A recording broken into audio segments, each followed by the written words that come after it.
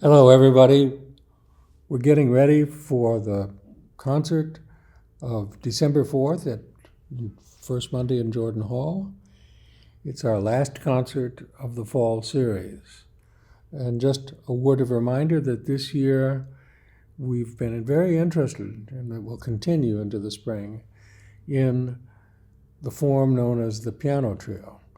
Not every piece is that, but every program has some connection to that. And I'll get to that with the second piece in our program a little bit later in my talk. But thinking a little bit about how programs come together. The big piece on our program is the transcription of the last symphony of Shostakovich, number 15, for piano trio and percussion instruments. So that's a transcription. Also, the piece that we're starting the program is a transcription. In this case, it's a transcription by the composer himself. And that unifies the program in that sense. When I was trying to put together the program, knowing that I had this big Shostakovich piece, I wanted something that kind of acted as a foil to it. And I mean, this is the only time this year I have Mozart, and Mozart's birthday is every year and always is fresh. So this is a piece I've played. It's the quintet called a viola quintet for string quartet and extra viola in C minor. Now, he wrote 5 other quintets for that form, an early one and then 2 sets of later ones. And I think it's always very interesting to get to know a little bit about the life circumstance of a composer. Somehow or other, real life situations influence what composers do. Once in a while, they write something just because they want to. But a lot of the time, they are just like all the rest of us, worrying about how to pay the rent and what to do next. So when we're talking about Mozart, we're talking about this, we use the word genius. I don't like the word, but it'll do. This amazing composer, born in 1756, dragged around Europe along with his sister by their ambitious father. So he had a lot of contact in Italy and England and France and other parts of the German-speaking world. And he was from Salzburg, and he had a job with the church there that his father had arranged. And he really, he'd come of age and he wanted to do his own thing. And it was with some difficulty that he managed to extricate himself from that Salzburg life and move to Vienna. When he was in Vienna and newly married, suddenly, there were bills to pay. And he had to write music that could sell, if I can put it that way.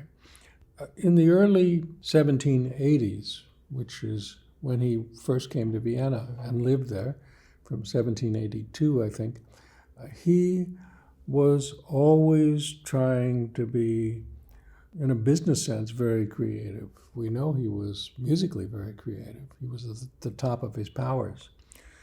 He had written 2 string quintets that count among the greatest works of chamber music written by anybody. The quintet in C major and the quintet in G minor. The G minor one is extraordinarily deep and profound. And he was trying to work with a publisher to issue those 2 pieces with another piece. At this particular moment, he decided that he could steal from himself, so that's not plagiarism, I guess. And he went back to an earlier piece he had written in the format known as the serenade. In his Salzburg days, he did a lot of serenades. They were outdoor music. And There was one in particular that he thought he could make fit to the idea of the string quintets, and that was this one in C minor. And the serenade was originally for 8 winds, a wind octet, 2 oboes, 2 clarinets, 2 bassoons, and 2 French horns. And he found that the serenade number 12 in C minor would fit very well because it was not like many serenades with extra minuets and extra movements. This one was in 4 movements. It was formal structure with pretty much like the quintets that existed. And that's what he did. And when I'm trying to think a little bit about who he was as a composer at that time, he's at the absolute height of his powers. He has enormous facility, and he can do things that we couldn't imagine could be done. And I found a letter that I had known about before. I found it again, that he wrote to his father in the period of that entire decade when he was an entrepreneur. He was organizing public concerts called academies, in which he would pay somebody to hire a hall, to take the tickets, to sell the tickets.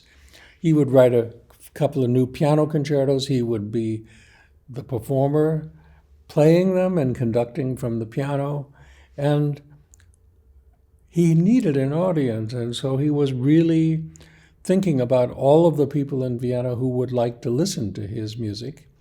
And he knew that he had to be very careful because he wanted to satisfy many different audiences. I mean, there were the nobility who just liked to be seen at the concert. There were the connoisseurs who knew a lot about music and trying to see what he was up to. And then there were a lot of people who just liked to listen to good music. And so in this letter, which I'm going to quote to you, he writes to his father it's about the piano concertos, but it's just the same story for this piece.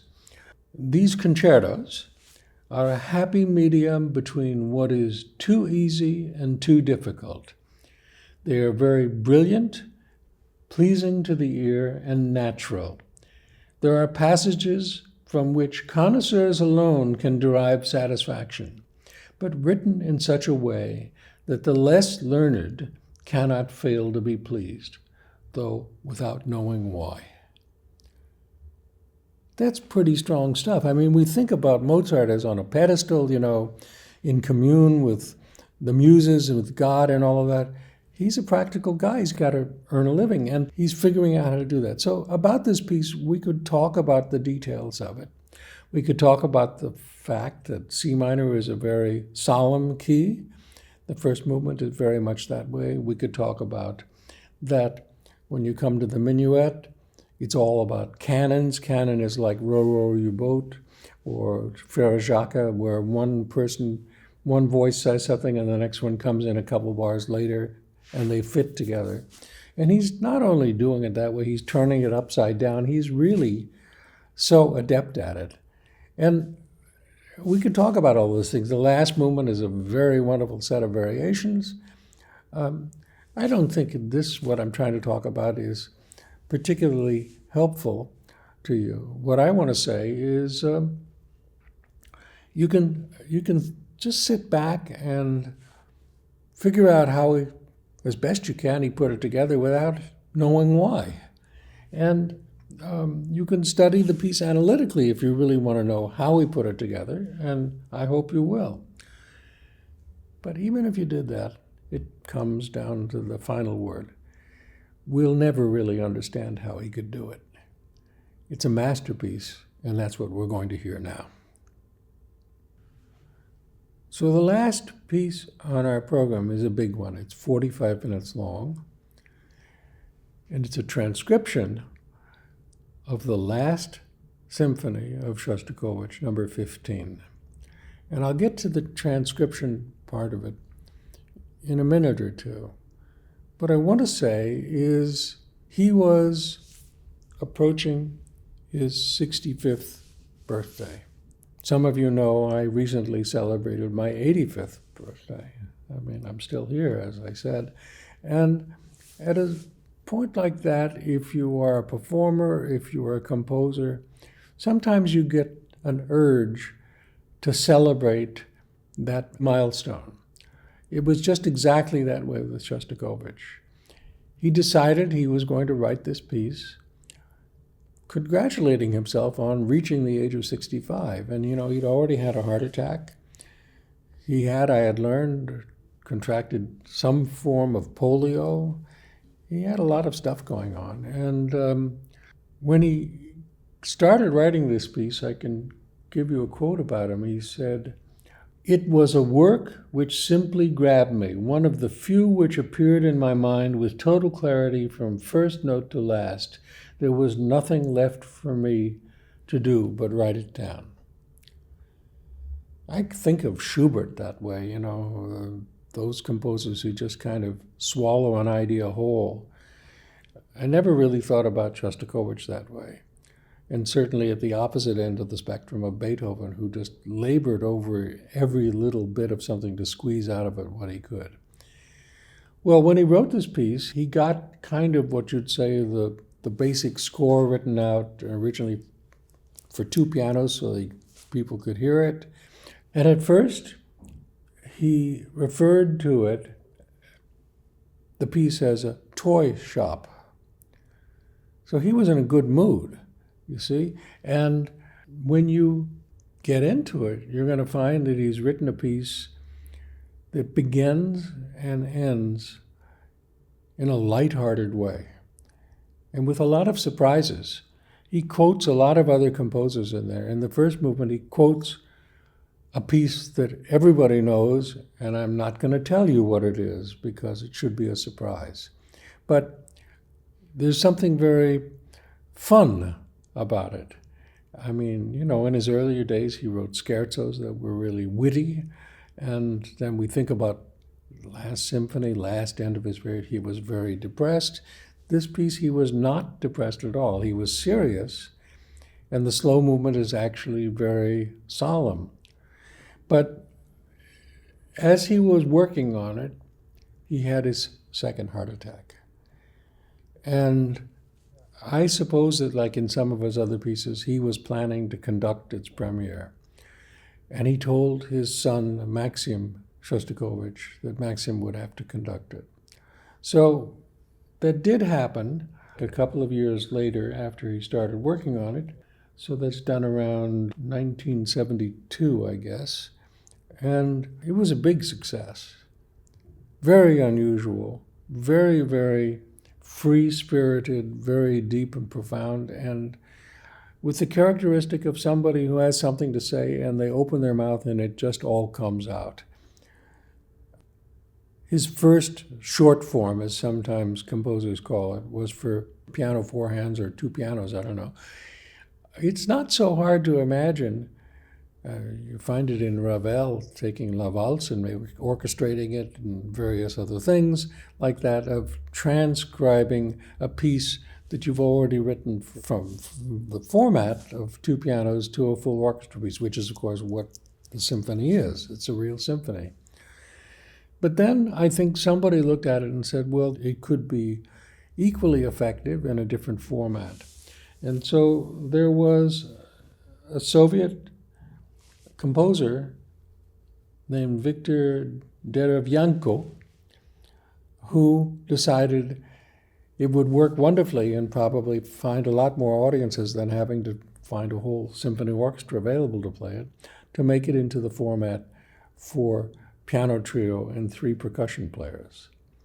And that's what we're going to hear tonight. And I first heard this a number of years ago in a trip to Korea at a festival. I was smitten with it. I was just so taken with it. And I love Shostakovich's music. This was a piece that was so charming and profound that there it is. And I want to contrast this for you a little bit with his 13th symphony, we know today as Babi Yar. Now, the Babi Yar symphony was based on poetry by Yevgeny Yevtushenko, who was Ukrainian. And Babi Yar is the name of a place in the city of Kyiv where, in this terrible moment, they massacred the Jewish community. Those are things that are very much on our mind today. We have wars in the Middle East. We have the war continuing in the Ukraine. And yet what we're ending our fall series with is a piece he wrote after that, which came back to life and to joy and to fun and to really satisfying his inner urge to say something. That's what composers do. Performers? Well, I'm a performer. I play things because I have the same urge, only my job is to speak directly to an audience. Composers do it through their work, and they leave us that wonderful legacy. That's it for our fall season. So have a good holiday ahead, and we'll be back in March with 3 more concerts. Thank you very much.